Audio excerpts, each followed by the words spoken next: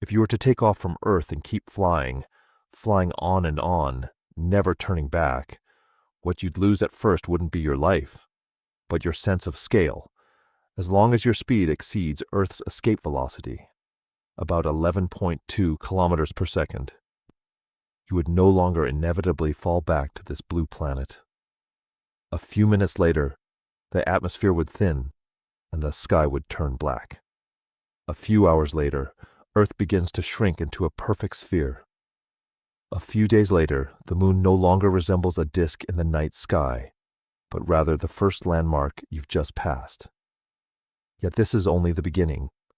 What's truly terrifying isn't that you've left Earth, but that if you keep flying, Earth will transform from a world into a direction, from a direction into a speck of light, from a speck of light into a memory, and finally into a past lost forever against the backdrop of the universe. Tonight we're going on a one-way journey, from low Earth orbit beyond the moon to Mars orbit, to the giant planets, to the heliopause, and onto the Oort Cloud, the nearest stars, the Milky Way, and the expanding edge of the universe. You'll see what actually happens when a person, a probe, or a future civilization keeps moving farther and farther away from Earth. It's not like in the movies, where a destination suddenly appears. Rather, layer upon layer of familiar things fades away behind you. If you enjoy this kind of slow, in-depth exploration of the universe, feel free to give this a like or subscribe. Get ready. Let's begin. Let's start right at Earth's doorstep. Low Earth orbit is only a few hundred kilometers above the ground. The International Space Station orbits Earth at this altitude. This is already space. The view outside the window is pitch black. Your body is weightless. Water droplets float. And sunrises and sunsets occur so quickly that you lose your sense of day and night. Yet, on the scale of true deep space, this is practically right up against Earth's surface. If you shrunk Earth down to the size of a basketball, low Earth orbit would be nothing more than a thin layer on the outside of that basketball. You may seem to have left the world, but in reality, you're still on its edge. The sense of security here comes from many invisible factors. Earth's magnetic field still provides some protection. Ground control centers can communicate quickly. Resupply spacecraft can reach you. And in an emergency, there's a return path. You're in space, yet you still live within a system that extends from Earth. You hear the sounds of Earth, see it fill half the window, and know that human civilization is spinning right below you. Low Earth orbit isn't a distant place. It's a threshold. You've stepped 1 foot out, but your hand is still gripping the door frame. If you continue accelerating, breaking free from Earth's gravitational pull, the first thing you notice is that home begins to take on the form of an object. Earth is no longer the infinitely expansive ground beneath your feet, but a blue and white sphere in the darkness. Continents, oceans, clouds, and the lights of cities at night are still clearly visible. This stage, paradoxically, is when people are most prone to romantic illusions. You can see the entire Earth and feel as though you're finally standing outside, looking back at home. Yet this view also carries another meaning. For the first time, you truly realize that Earth is not the center of the universe, but an asteroid that can be left behind. However, flying away forever itself has one prerequisite. You must truly escape. Earth's escape velocity is not just any random number. It represents the minimum speed required for an object to break free from Earth's gravitational pull, assuming no air resistance and no continued propulsion. Below this threshold, even if you appear to be hurtling into space, you may ultimately fall back to Earth or enter an orbit around it. The universe won't let you leave just because you want to. That initial sense of freedom is bought with speed. Without sufficient speed, the distance ahead is merely a curve that loops back toward Earth. Escaping Earth does not mean you have escaped everything. You are still orbiting the Sun. Earth is merely a passenger in the solar system. The Sun is the greater center of gravity. To truly move farther and farther away, you need enough energy to alter your orbit around the Sun and avoid simply returning along an elliptical path. Many space probes do not simply fly away in a straight line. Instead, they use planetary gravity assists, repeatedly borrowing the momentum of Jupiter, Saturn, or other celestial bodies to push their orbits farther out. Leaving Earth does not mean escaping the rules of the universe. Rather, it means moving from one gravitational system to a larger one. When you reach the distance of the Moon, light takes only about 1.3 seconds to travel from Earth to you. There's a slight delay in communication, but it still feels like a conversation. The Apollo astronauts once experienced this distance. They traveled farther than any human before them, yet they could still see Earth hanging large, bright, and whole in the lunar sky.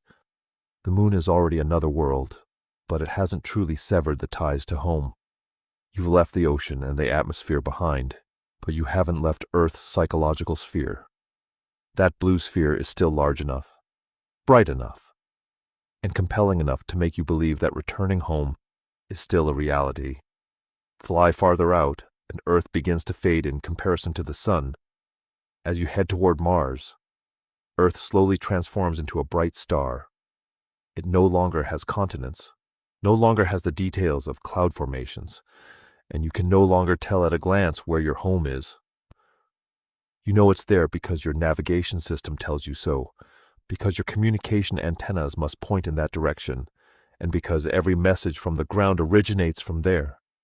Yet your eyes can no longer perceive Earth as a world. It becomes a dot. And this transformation alters what's inside you. A dot can be missed, but it cannot be stood upon. The distance to Mars makes communication delays a serious matter. Depending on the relative positions of the two planets, a one-way signal can take anywhere from a few minutes to more than 20 minutes. Earth can no longer respond in real time. As if from a control room, you speak a sentence, then wait. Earth hears it, thinks, and responds. Then you wait again.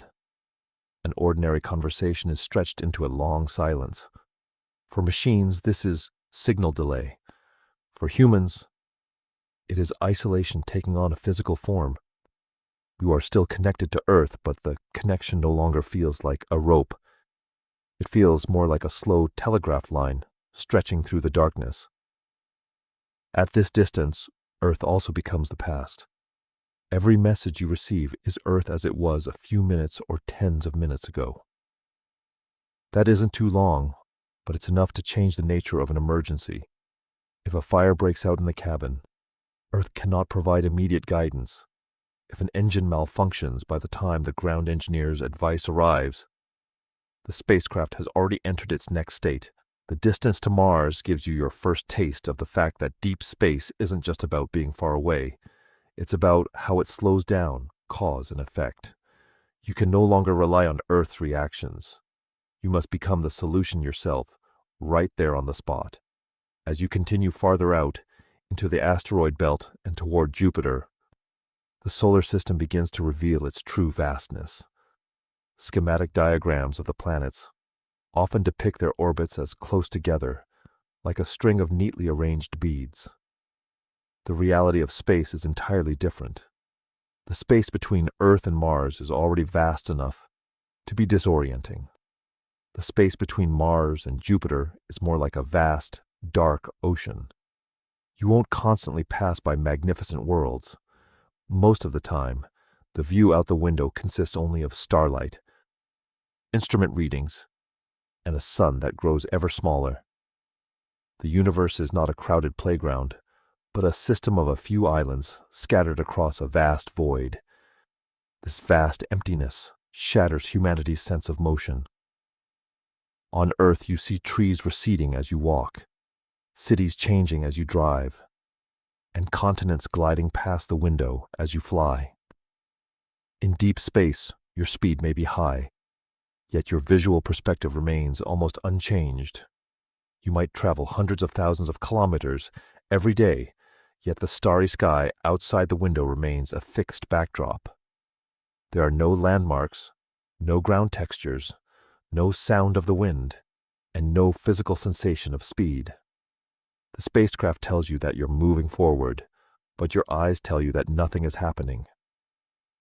As you grow ever farther from Earth, one of the first psychological dislocations you experience is the disconnect between movement and what you see.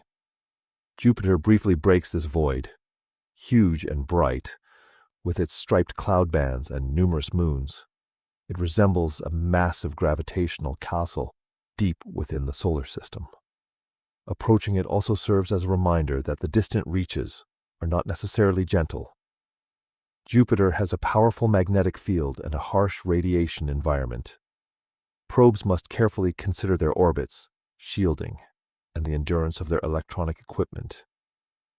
The farther you travel outward, the less the planets resemble postcard-perfect destinations, and the more they resemble a new set of physical laws. Every world has its own dangers, and every gravitational field exacts its own toll. Moving away from Earth is not a journey toward freedom, but a constant adaptation to survive under increasingly unfamiliar rules. Beyond Jupiter and Saturn, the Sun begins to lose its sense of dominance. Near Earth, the Sun is the center of the sky. It is heat, daylight, and the rhythm of time. In the outer solar system, it remains bright but resembles more of a brilliant star. Solar illumination decreases with the square of the distance. Near Jupiter, it is only about 1/20th of what it is near Earth, and even lower near Saturn. Solar energy is no longer a free resource, but a budget that must be carefully calculated. You are still held in the Sun's gravitational pull, but the light and heat it provides have grown much fainter. The Sun has transformed from a mother into a distant furnace. Continue flying toward Uranus and Neptune, and Earth almost completely vanishes. The Sun's ability to illuminate the planet weakens, and a signal may take hours to travel back and forth. A command sent from Earth is no longer a command, but rather advice sent from the past. Even if you look toward the Sun, it's hard to spot Earth with the naked eye. The entire human civilization has shrunk into a tiny speck of light beside the Sun. All languages, history, cities, wars, music, loved ones, and childhood memories have been compressed into an indistinguishable direction. Distance won't kill you instantly. It kills the details first. Beyond Neptune, many people assume the solar system ends. But the true boundary is far from so neat. Pluto is just one member of the Kuiper Belt. Further out lie countless icy bodies, elongated orbits, and sparse dust. The solar system isn't a room with walls, but rather a mist that gradually fades. The farther out you go, the fewer the planets, the fainter the sunlight, and the longer the orbital periods. The familiar structure of space slowly dissolves. You have left the planetary zone, yet you have not truly left the story of the Sun. Further out, you'll reach the edge of the heliosphere. The Sun doesn't just shine, it also continuously blows out the solar wind, pushing charged particles and magnetic fields outward to inflate a massive bubble in the surrounding interstellar medium. This bubble is called the heliosphere. It shields the inner solar system from direct exposure to the full brunt of galactic cosmic rays and marks the transition between the Sun's influence and interstellar space. It is not a hard shell with clear boundaries, but rather resembles the Sun's final breath in the darkness. Anyone traveling far from Earth will sooner or later reach the point where this breath grows faint. This step is crucial, as it marks your first departure from the Sun's weather. Just as Earth has atmospheric weather, the Sun has space weather. When the solar wind is strong, the heliosphere is pushed outward. When solar activity is weak, the interstellar medium exerts a more pronounced counterpressure. This boundary is not a fixed sphere, but rather resembles a bubble deforming in the galactic wind. When you set out from Earth, you are still inside this bubble, even when you are so far away that Earth is no longer visible. As you continue to fly, you will pass through the bubble's skin and enter an environment where the sun can no longer fully shield you. Voyager 1 entered interstellar space in 2012, and Voyager 2 crossed the heliosphere boundary in 2018. They have not left the sun's gravitational influence, nor have they flown out of the solar system in the strictest sense, but they have left the region dominated by the solar wind and begun to directly measure the interstellar environment beyond. The discoveries made here are significant because they show us that the edge of the solar system is not a simple, clean-cut line. The solar wind slows down, particles change, magnetic fields become entangled, and cosmic ray levels shift. You might think you're simply stepping out the door, but in reality, you're crossing a boundary that breathes, fluctuates, and is pushed and pulled by the interstellar medium. If you continue flying, you won't immediately encounter another star. Instead, you'll enter a much longer solar gravitational wasteland. The Oort Cloud is believed to be the source of many long-period comets, and may extend to tens of thousands or even hundreds of thousands of astronomical units. It is not a shell that has been directly photographed in its entirety, but rather a distant reservoir of ice inferred from comet orbits and dynamics. Celestial bodies here are extremely sparse, separated by vast distances. You might fly for a very, very long time without seeing any obvious targets, yet you still haven't completely left the sun's gravitational influence. The most counterintuitive aspect of the Oort Cloud is that it stretches the term solar system to a scale approaching light years. The planets familiar to humans occupy only a tiny fraction of the inner solar system. Beyond them lie countless cold, dark, and distant objects held in the sun's faint gravitational pull as they move slowly along their long orbits. A comet might lie dormant for millions of years, only to be sent hurtling toward the inner solar system by the chance passage of a star or galactic tidal disturbances, eventually becoming a tail in Earth's night sky. As you continue to fly away from Earth, you're not crossing from one boundary to another, but rather passing through a sense of belonging that grows increasingly tenuous. Standing at this boundary, what is most awe-inspiring is not how far you've already traveled, but how far you still are from the next actual star. The Voyager probes have been flying for decades, and their signals have traveled tens of billions of kilometers back to Earth. Yet they are still far from reaching even 1 light year. The nearest star, Proxima Centauri, is about 4.25 light years away. At Voyager's speed, it would take tens of thousands of years to reach another star. The feat of humanity's farthest traveling machine becomes, in the face of stellar distances, merely a small step just off the shore. If you keep flying, you'll discover that the word far has no end. If we continue through interstellar space, Earth will not only be out of sight, it will become a matter of history. Radio signals traveling from Earth to the spacecraft will take increasingly longer to reach their destination. One day, several days, several months, 1 year, several years. At a distance of 1 light year, a simple greeting would take 2 years to make a round trip. At 10 light years, it would take 20 years. Communication would still exist, but it would no longer be a human conversation. It would be more like 2 eras exchanging letters. By the time you received a message from Earth, the sender might have grown old.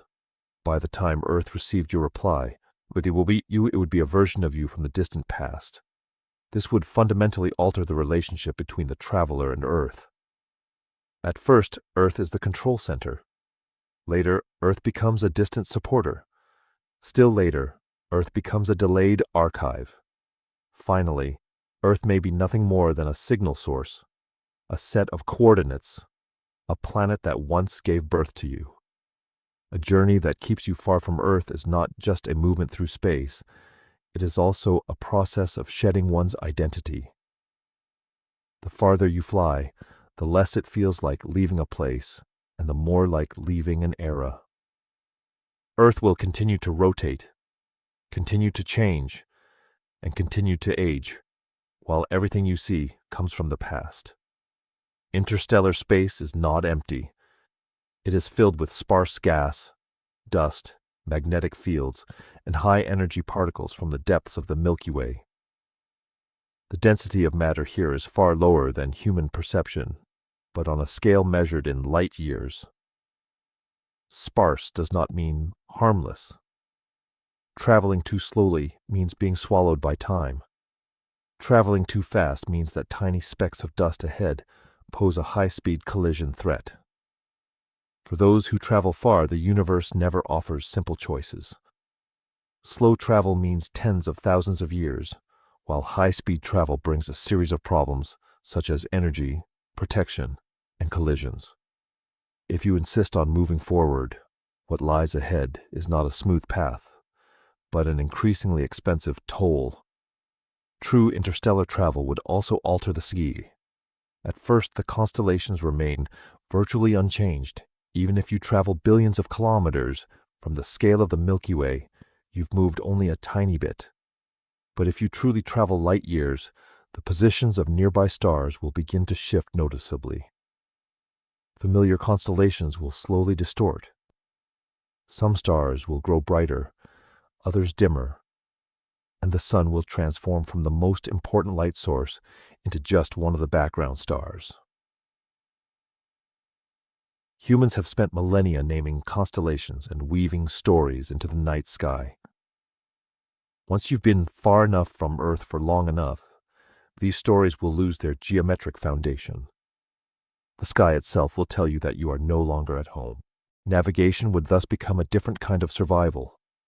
Near Earth, direction is derived from the ground, the sun, the moon, the magnetic field, constellations, and human maps. In interstellar space, there are no roads, no up or down, and no fixed horizon.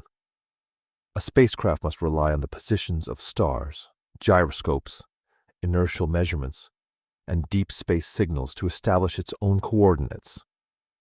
If it continues to fly, the star chart must be constantly updated because the angle of observation changes and the relative positions of nearby stars will shift. Home is no longer an obvious direction in the sky, but rather a series of increasingly complex coordinate solutions. If you continue toward the nearest star, the sun will increasingly resemble an ordinary star. Its light will still be there, but it will no longer be special. Earth will be even less visible. By then, you may no longer be able to determine the direction of the solar system with the naked eye, but will have to rely solely on instruments, star charts, and inertial navigation. The location of home recedes from the sensory world into the world of computation.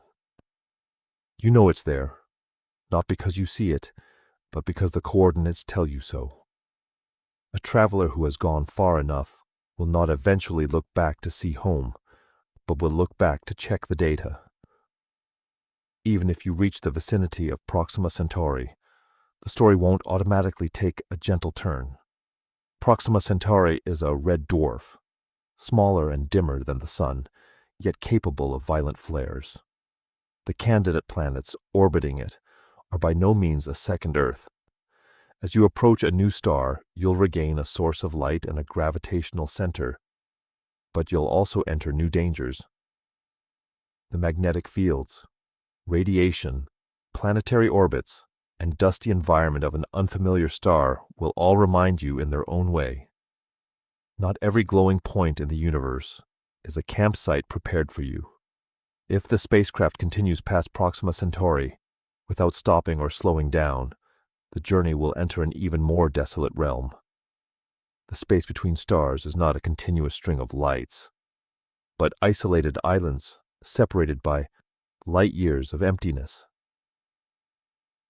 You might spend tens of thousands of years approaching a star, and then another tens of thousands of years moving away from it.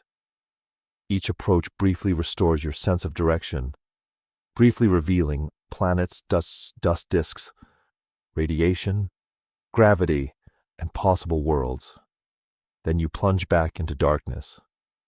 As you keep flying, the Milky Way will resemble a vast ocean, with stars as distant points of light, and you will be nothing more than a speck of dust traversing the long night between them.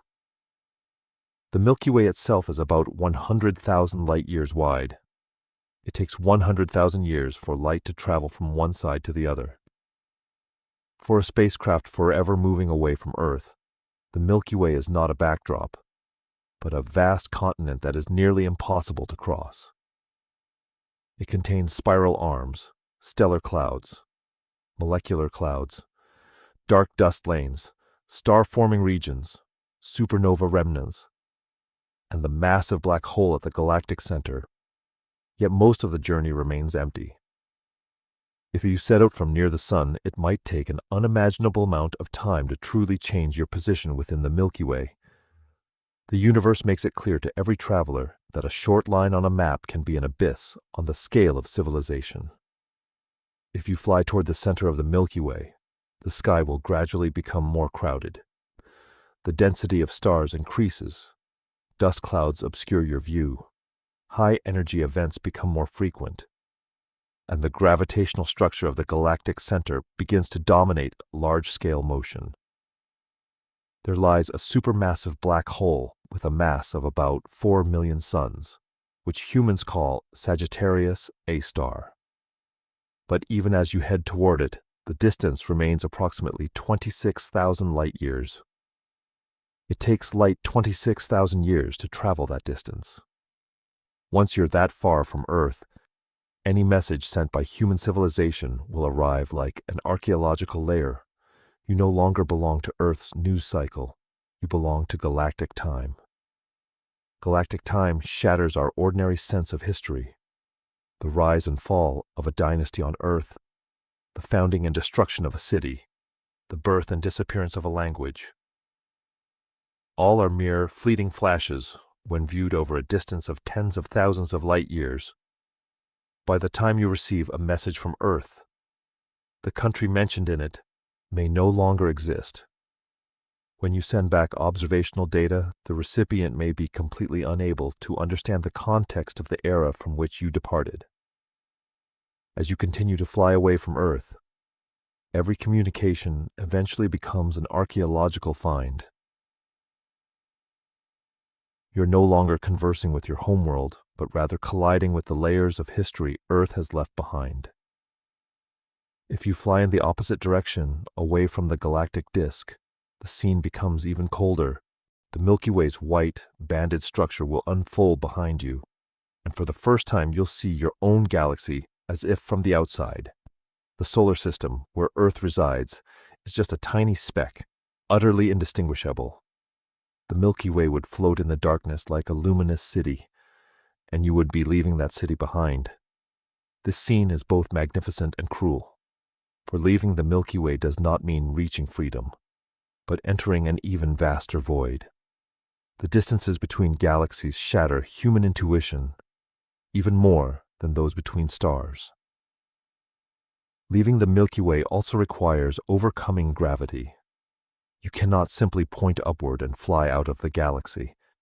You must possess sufficient velocity to escape the Milky Way's gravitational pull.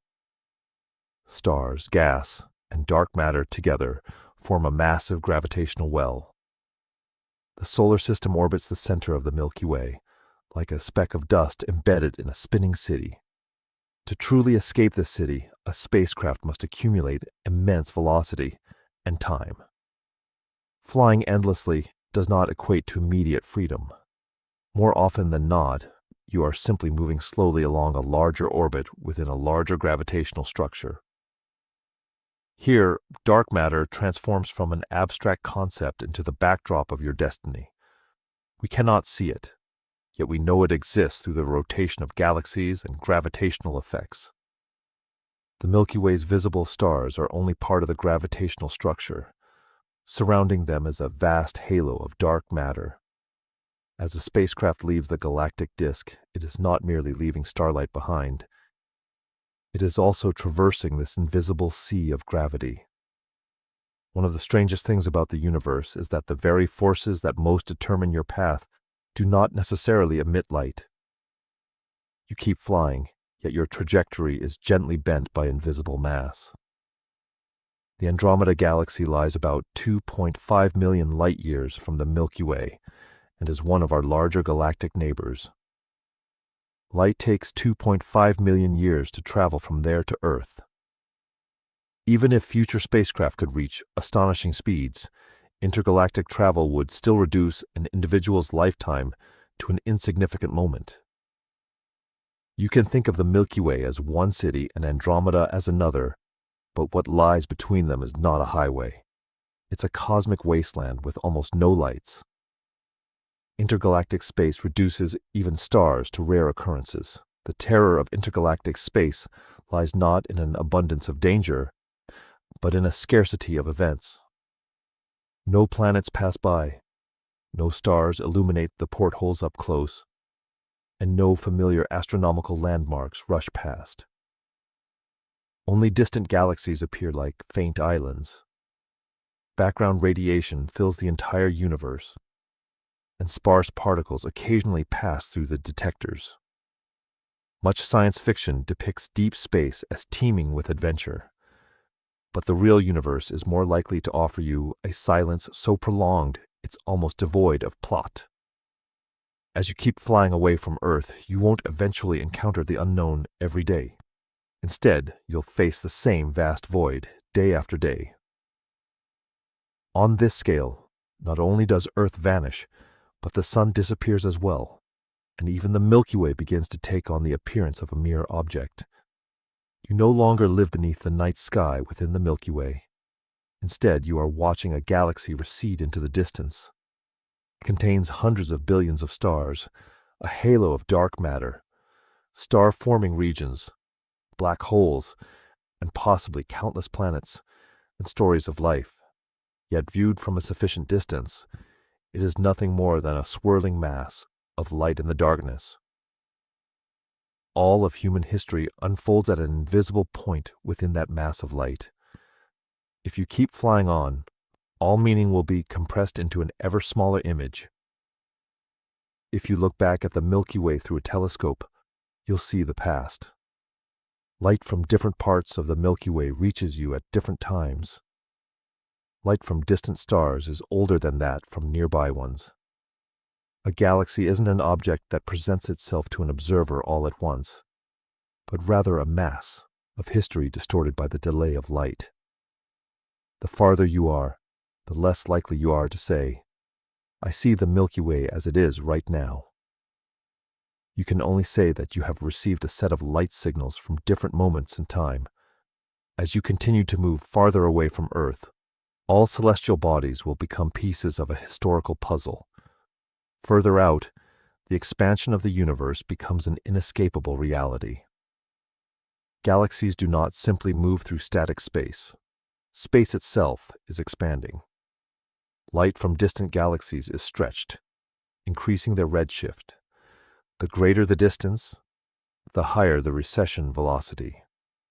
On a sufficiently large scale, the expansion of the universe makes some regions forever unreachable. Not because rockets aren't trying hard enough, but because space itself is stretching the distance apart. You can fly toward the distance, but the distance itself may be carried away by the expansion of the universe.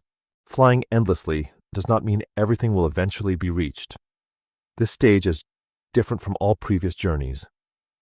When leaving Earth, the challenge is fuel. When leaving the solar system, it's lifespan. When leaving the Milky Way, it's the immense distance. At the cosmological scale, the challenge becomes space itself. Distant galaxies aren't simply standing there waiting for you. The space they occupy is also moving away. Light emitted by certain galaxies today can still reach us, but light emitted in the future may never catch up with the expanding space. As you travel farther and farther from Earth, what you ultimately encounter is not a wall, but a universe that is gradually slipping beyond reach. Here lies a truly cosmic paradox. The universe may have no physical walls, no boundary marked the end, yet you are still limited by the observable universe. The universe we can see spans approximately 93 billion light-years, because light takes time to travel, and the universe itself is expanding. Beyond a certain scale, light will never deliver information to us, nor will we ever be able to influence that region. As you move farther and farther from Earth, you might think you're expanding your freedom, but in reality you'll encounter even greater limitations. It's not Earth that confines you, but rather the speed of light and cosmic expansion that together define the reality in which you can participate. The boundary of the observable universe is not a wall. You won't fly there and crash into a transparent glass wall, nor will you see the universe suddenly come to a halt. It is a boundary of information, the range within which light has been able to reach an observer since the birth of the universe. Shift your position, and the boundary shifts its center as well. Every observer has their own observable universe, as if each person were placed within their own bubble of light. As you keep flying away from Earth, you are not heading towards some shared edge of the universe, but rather moving through the cosmos with your own observable range in tow. This sounds like freedom, but in reality, it's more like another kind of prison. No matter where you fly, you stand at the center of your own observable universe. No matter which way you go, there is always information farther away that will never reach you. Earth is not the center. The sun is not the center. And the Milky Way is not the center. Yet for each observer, the speed of light creates a local center. The universe does not grant you a throne. It gives you only a limited field of view. Flying forever will not allow you to see the entire universe. It merely keeps replacing the portion of darkness you have the chance to see. At such distances, even measurement itself loses its earthly flavor. At first, you describe your journey in kilometers, hours, return windows, and communication delays. Later, you use astronomical units, light hours, light years, redshifts, and galactic coordinates. Eventually, ordinary terms of distance become insufficient, and concepts like cosmological parameters, expansion rates, event horizons, and dark energy take over the language. As you move further and further from Earth, even the way you speak changes. The scales humanity invented for life on Earth cannot accompany you all the way to the edge of the universe. This causes travelers to gradually lose the concept of nearby. On Earth, nearby means a neighborhood, a city, or a country. Within the solar system, nearby might mean the Moon, Mars, or Jupiter. In interstellar space, nearby refers to stars within a few light years. In intergalactic space, nearby becomes galaxies within a few million light years. With each increase in scale, the old definition of nearby shrinks to a single point. A far traveler does not simply leave Earth. Instead, they are constantly forced to learn new concepts of proximity. With each new understanding, human intuition shatters a little more. At the very core lies a quiet truth. The cosmic background itself will always accompany you. No matter how far you travel from Earth, the cosmic microwave background radiation will fill the space around you from all directions. The lingering glow of the early universe. It is not the light of Earth, nor that of the Sun, nor that of the Milky Way, but rather a residual thermal imprint left by the entire universe in its youth. You can travel far from Earth, far from the Sun, and far from the Milky Way, but you cannot escape the history of the universe itself. As you keep flying, home will vanish, but the origin of the universe will always remain there in the form of a faint background. This backdrop makes the journey all the more strange. You have left behind all your specific homes, yet you remain surrounded by an even older, shared past. Earth, the Sun, and the Milky Way are all merely local structures formed in the later stages of cosmic history. Once you've traveled far enough, you'll find that you are no longer just a traveler from Earth, but a tiny fraction of cosmic matter, moving through the universe's own relics. The distant reaches are not entirely unfamiliar, because the atoms that make you up, the starlight that illuminates you, and the background radiation that surrounds you all stem from the same cosmic history. Yet this shared origin has no warmth. It cannot replace home. If you were to travel continuously at near light speed, time would also become strange. According to relativity, time aboard the spacecraft would diverge from time in the external universe. For you, the journey might be compressed, while for Earth many years would have passed. When you look back, Earth may no longer be the Earth you left behind. Civilization may have changed, coastlines may have shifted, languages may have evolved, and even the Sun may be slowly moving toward a future stage of its evolution. High-speed travel is not merely a change of location. It also severs you from the era of your departure. The faster you fly, the more likely you are to lose the shared present. This creates a very strange kind of loneliness. Traveling at low speeds separates you from space, while traveling at high speeds separates you from time. If you fly for a long time at a speed close to the speed of light, the clock on board may have ticked by only a few years or decades, while the universe outside may have moved on much further. You haven't died. You might even feel that the journey wasn't that long. But the world you left behind has grown old. You aren't lost. Rather, you've been gently exiled into the future by relativity. By the time you want to turn back, the Earth you return to won't be the same one. This exile is different from an ordinary farewell. In an ordinary farewell, both parties share the same timeline. They're simply separated by distance. A relativistic journey, however, causes the two timelines to begin diverging. On Earth, children will grow up, the elderly will pass away, and society will go through eras in which you did not participate. While you, aboard the spaceship, will still retain the body and memories you had at the time of departure. You carry the old Earth with you, while the real Earth has continued moving forward. As you continue to fly away from Earth, it may ultimately not be space that causes you to lose your home, but time that causes your home to lose you. If you keep flying, there's another quiet and terrifying outcome. You won't crash into the edge of the universe. You'll simply become increasingly isolated. The celestial bodies you can reach are too far apart. Communication grows ever slower, energy becomes ever more precious, and background radiation grows ever colder.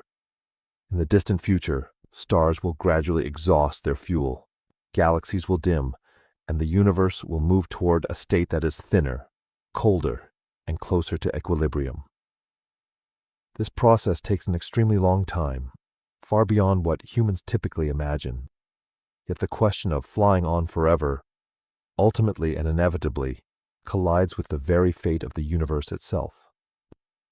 In the very distant future, the night sky will also change. The starry sky we see today is from an era when the universe was still young enough. Stars were still burning in great numbers, and galaxies were still brimming with light. But stars are not perpetual motion machines. The brightest, most massive stars have short lifespans and will die one after another.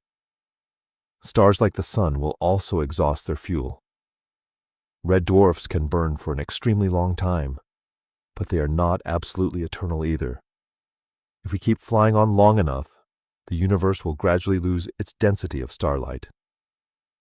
A long journey is not merely a transition from Earth into darkness. It may also be a flight from the age of stars toward a colder future. If the spacecraft or probe still exists, it will increasingly resemble a cosmic relic. At first, it represented a mission, later a civilization, and eventually it may represent nothing more than the fact that intelligent beings once sent something into the darkness. Its metal will age, its power source will fade, its signal will cease, yet its orbit will continue. No one sees it, nor does it know that it has become a part of history. The ultimate state of something that has journeyed far from Earth may not be arrival, but rather becoming a silent piece of matter in the cosmos bearing traces of its origin. The sun is not an eternal beacon either. In about 5 billion years, the sun will enter the red giant phase, and Earth's environment will undergo catastrophic changes. Much later still, the sun will become a white dwarf and slowly cool down. If you remain far from Earth long enough, the sun you see when you look back will no longer be the familiar star. The light of home will change until all that remains is a stellar remnant. Earth is not a home that waits forever in the same place. The cruelest realization for a traveler may be this. Even if you want to return, time will have rewritten home. There is a terror here that runs deeper than distance. When many people imagine a long journey, they implicitly assume that Earth will always be behind them, waiting like a harbor. But the harbor, too, exists within the flow of time. Continents drift, climates change, life evolves, civilizations rise and fall, and the sun grows old. You are not leaving a static backdrop, but a system in constant flux. If you keep flying long enough, the very concept of home will gradually lose its object. You can return to the same coordinates in the solar system, but you cannot return to the Earth you left behind. The universe allows for a return to a specific location, but not to a specific point in time. This turns flying away from Earth forever into an ontological question. You are not leaving a city, but the only environment that has ever nurtured you. Earth has given you air, water, gravity, temperature, a magnetic field, ecosystems, language, your body, and your memories. The farther out you fly, the more these things must be carried artificially, or gradually lost. A spacecraft can carry oxygen tanks, water recycling systems, archives, maps, and photographs of Earth. But it cannot truly carry Earth away. It carries only a small fraction of Earth's functions and a small part of its story. If there are human descendants aboard this spacecraft, they will gradually assume a different identity. The first generation will say they come from Earth. The second generation will say their parents came from Earth. The third generation will say Earth is their origin. Further down the line, Earth may become a religion, a part of history, a subject in textbooks, or a political slogan. Anyone on board will learn about the ocean without ever having smelled the scent of salt. They'll learn about forests without ever having heard the wind rustling through the treetops. They'll learn about the blue sky, yet have only ever seen it on a screen. As they continue to fly away from Earth, what they ultimately leave behind is not just a location, but the very experience itself. This will turn the interior of the spacecraft into a microcosm. Inside, there is air, water, plants, human language, birth and death, arguments and memories. Outside lies almost endless darkness. The farther they fly, the less the spacecraft resembles a mode of transportation, and the more it resembles a second shell that humans have built for themselves. Yet this shell cannot be as forgiving as Earth. Earth allows for a little waste, a little forgetfulness, and the ability to draw resources from elsewhere. The spacecraft does not. The longer they are away from Earth, the more each of Earth's acts of forgiveness becomes a source of longing. Even if the spacecraft contained a complete archive of Earth, the situation would not be simple. An archive can preserve images, sounds, language, science, and history, but it cannot preserve the actual environment, You can play the sound of rain, but you cannot make the air damp. You can display a forest, but you cannot make the trees sway in a real breeze. You can teach children that the ocean has tides, but you cannot let them stand on the shore and feel the sand beneath their feet, being carried away by the water. As you drift further from Earth, the archives will increasingly resemble an elaborate mausoleum. They prove that a world once existed, but they cannot give that world back to you. If someone were to attempt to recreate Earth inside a spaceship, they would soon encounter limitations.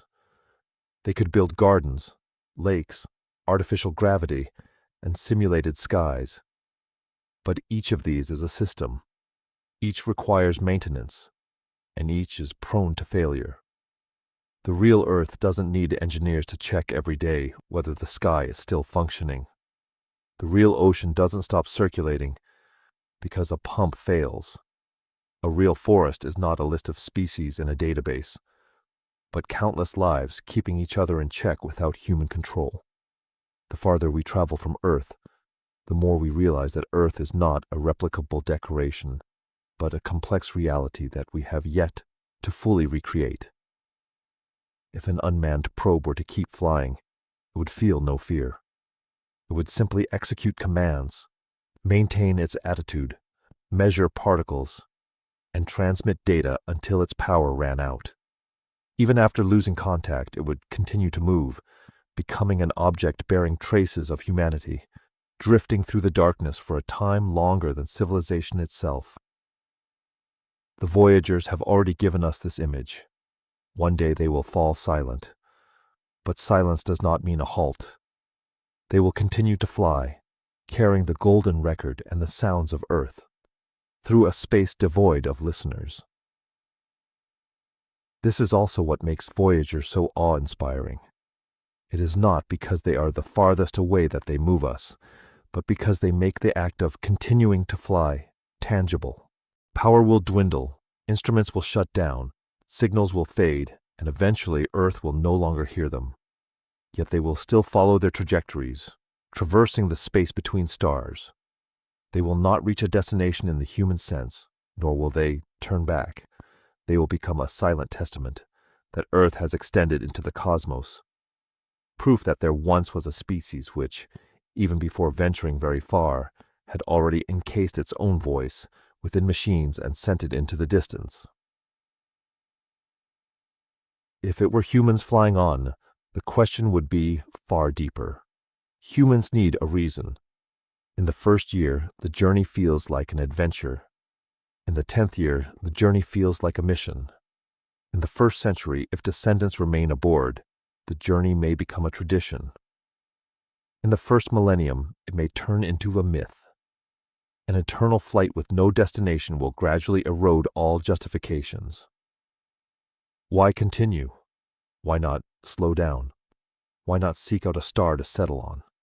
Why preserve Earth's languages? Why still define direction as away from Earth? A civilization that is forever moving away must constantly rewrite the reasons for its existence. If this group of people eventually ceases to regard Earth as home, the journey will undergo a final transformation. They might rename the corridors aboard the spacecraft, treat the artificial gravity rings as continents, regard the water recycling chambers as rivers, and view the star fields beyond the observation windows as the sky. Children would invent a new sense of time in a place without sunrises or sunsets, create new holidays in a place without seasons, and redefine the distance in a place without a horizon. For them, Earth would not be a lost present, but the starting point of their ancestors. Flying away from Earth indefinitely might not ultimately lead to the extinction of humanity, but rather cause the meaning of the word humanity to gradually shift. Yet this transformation is not without pain. A new identity takes time to form, and old memories do not vanish overnight. Some aboard the ship will want to preserve Earth's languages, while others will see them as a burden. Some will insist on looking back, while others will advocate looking only forward. Some will regard moving away from Earth as a mission, while others will view it as a fate imposed by their ancestors. Even in a society that is perpetually turning outward, its internal divisions will pull it in different directions. As the spacecraft drifts farther from Earth through space, people's hearts may remain torn over whether they still belong to Earth. This is perhaps the most terrifying aspect of the entire journey. The universe won't stop you. As long as your speed is sufficient, your orbit is correct, and your systems remain functional, you can continue to drift away from Earth. There are no walls, no endpoint, and no cosmic police to tell you to stop here. But precisely because there is no endpoint, the problem runs even deeper. Humans excel at arriving. We excel at turning journeys into lines connecting destinations. Flying away from Earth forever, however, lacks a natural narrative. It is not a journey from A to B, but from home to a place that feels less and less like home. So, if you keep flying away from Earth, what exactly will happen? At first, Earth grows smaller. Then it becomes a speck of light. Then it vanishes into the sunlight. The sun becomes a star. Constellations shift shape. Nearby stars streak past. The Milky Way unfolds, galaxies recede. The expansion of the universe carries certain places away forever. Time alters your relationship with home. In the end, you won't reach some ultimate edge. You'll simply enter ever larger scales until all familiar words lose their meaning. The distance won't give you answers. It will only keep expanding the questions. But that doesn't mean venturing far is meaningless. On the contrary, it is precisely because the universe is so vast that every step away from Earth becomes precious. We launch probes not because they can conquer the universe, but because they can transform a tiny bit of darkness into data. We study the heliosphere, the Oort Cloud, stars, galaxies, and cosmic expansion, not because this knowledge will immediately ensure humanity's safety, but because it helps us understand where we stand. Science does not make home bigger. Rather, it allows us to see the reality beyond home clearly. This is also the greatest paradox of deep space exploration. It makes Earth seem smaller and smaller, yet at the same time, it makes Earth more and more important. On Earth, we easily take air, rain, gravity, day and night, the magnetic field, and ecosystems for granted. Once we leave, these backdrops become, one by one, systems that require engineering to maintain. The farther you go, the more you realize that home is not an emotional term, but a set of extremely rare physical conditions. Flying farther and farther from Earth may not ultimately make us forget it. Rather, it may lead us to truly understand Earth for the first time. So this journey that forever moves outward is not an escape route, but a mirror that gradually recedes. Up close, it reflects the atmosphere and the magnetic field. A little farther out, it reflects the sun's protective layer. Further still, it reflects light years and the wilderness of stars. Even farther, it reflects the Milky Way, the expansion of the universe, and the observable universe's boundary. At each stage, it strips away something humanity has taken for granted. In the end, what remains in the mirror is not a species that has conquered the universe, but one that finally realizes just how tenderly it had once been protected.